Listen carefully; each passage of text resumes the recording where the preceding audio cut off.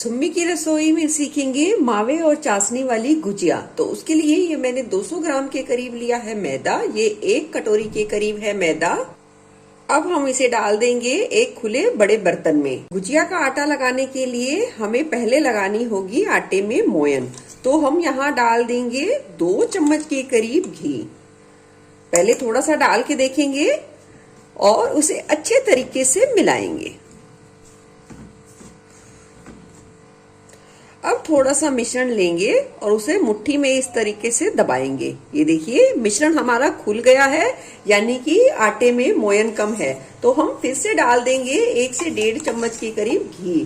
घी पिघला हुआ होना चाहिए ताकि आटे में आसानी से मिल पाए। घी को मिलाने के बाद फिर से लेंगे थोड़ा सा मिश्रण और ये देखिए मिश्रण हमारा बहुत ही अच्छे तरीके से बंध गया है। वो ज्यादा बिल्कुल भी नहीं बिखरा है। इतना आटा लगाने के लिए मैंने यहाँ 4 चम्मच के करीब घी का इस्तेमाल किया है। अब यहाँ डालेंगे 1 चुटकी के करीब नमक। ये देखिए देख सकते हैं कितना नमक है, सिर्फ 1 चुटकी के करीब नमक। और इसे भी हम अच्छे तरीके से मिला देंगे।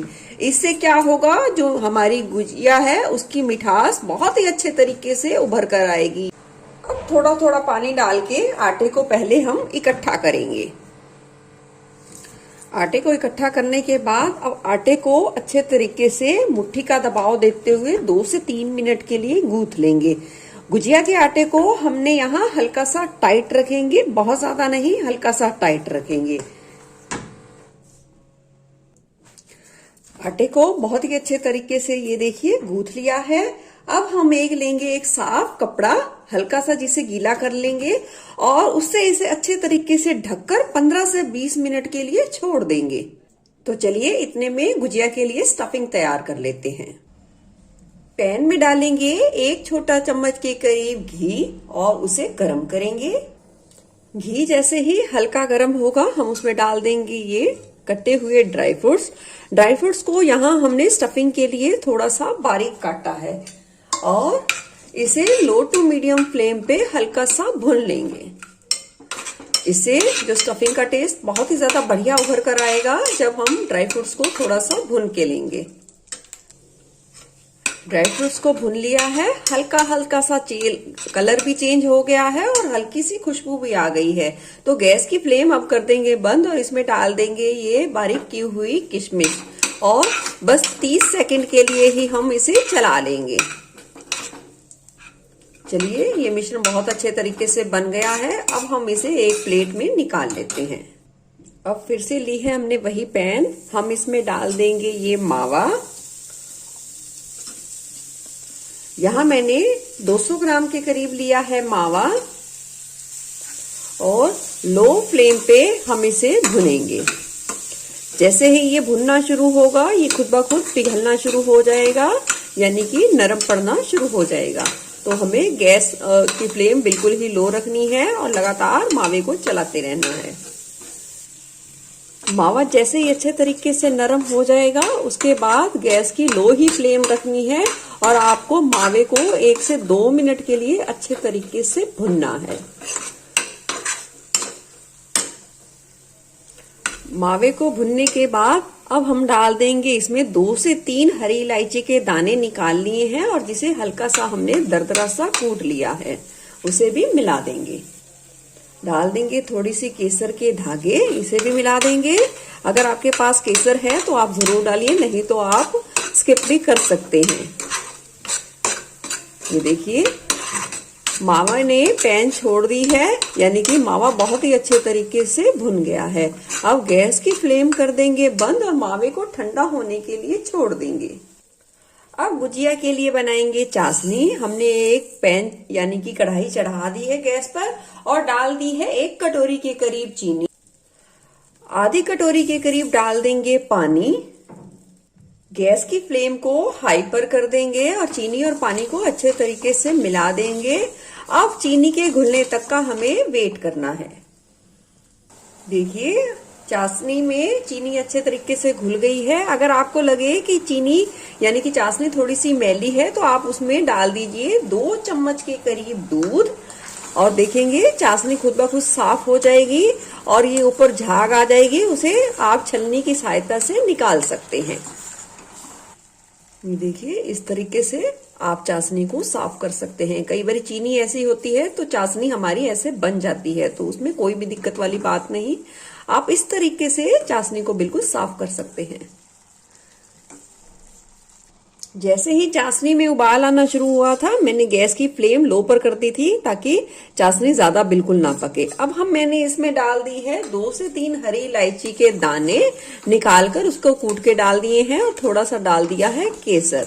अब चाशनी को हमें यहाँ 1 तार या 2 तार की नहीं बनानी है, बस इतना ही बनाना है कि वो हल्की हल्की सी चिपचिपी होए। चलिए चाशनी को कर लेते हैं चेक। थोड़ा सा लेंगे चम्मच में और हल्का ठंडा होने के बाद इस तरीके से उंगलियों और अंगूठे के बीच लेकर देखेंगे। ये देखिए चाशनी हमारी चिपचिपी बन गई है। अब गैस की फ्लेम कर देंगे बंद। उधर चाशनी हमारी बन गई है और इधर मावा भी अच्छे तरीके से ठंडा हो गया है।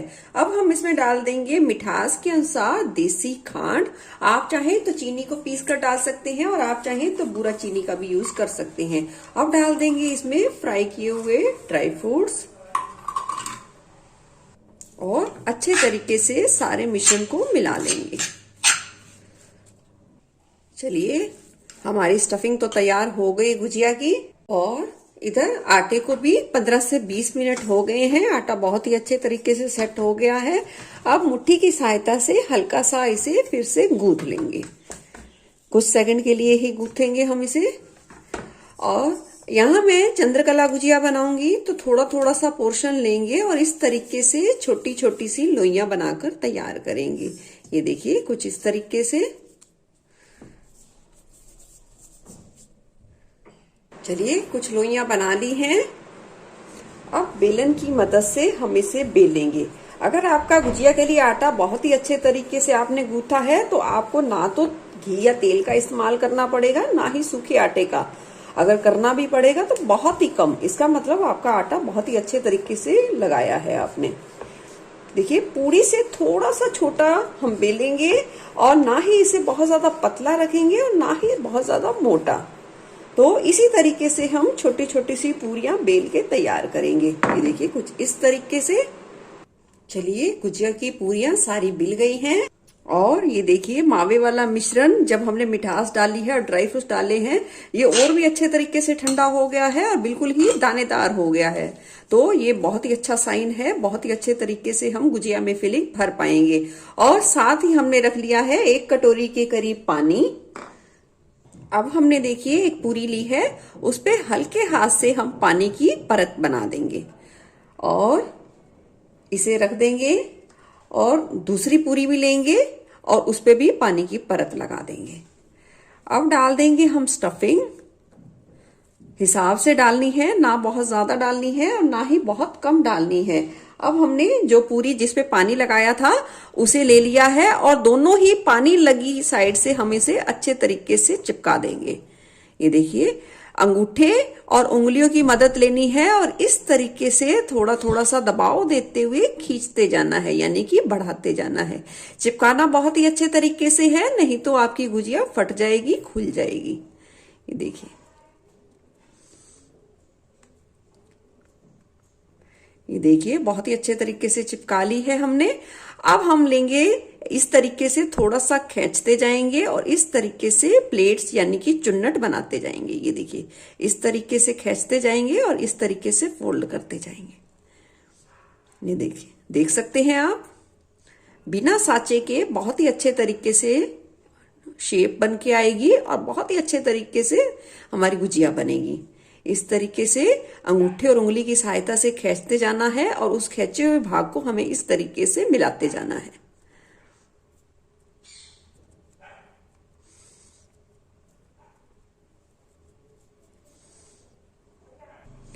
करने के बाद फिर इस तरीके से हल्का हल्का सा दबा दीजिए। ये देखिए कितनी शानदार सी शेप आई है। इसी तरीके से सारी गुजिया तैयार करेंगे। देख सकते हैं कितनी बढ़िया हमने स्टफिंग डालकर गुजिया तैयार की है। चलिए अब फ्राई करते हैं।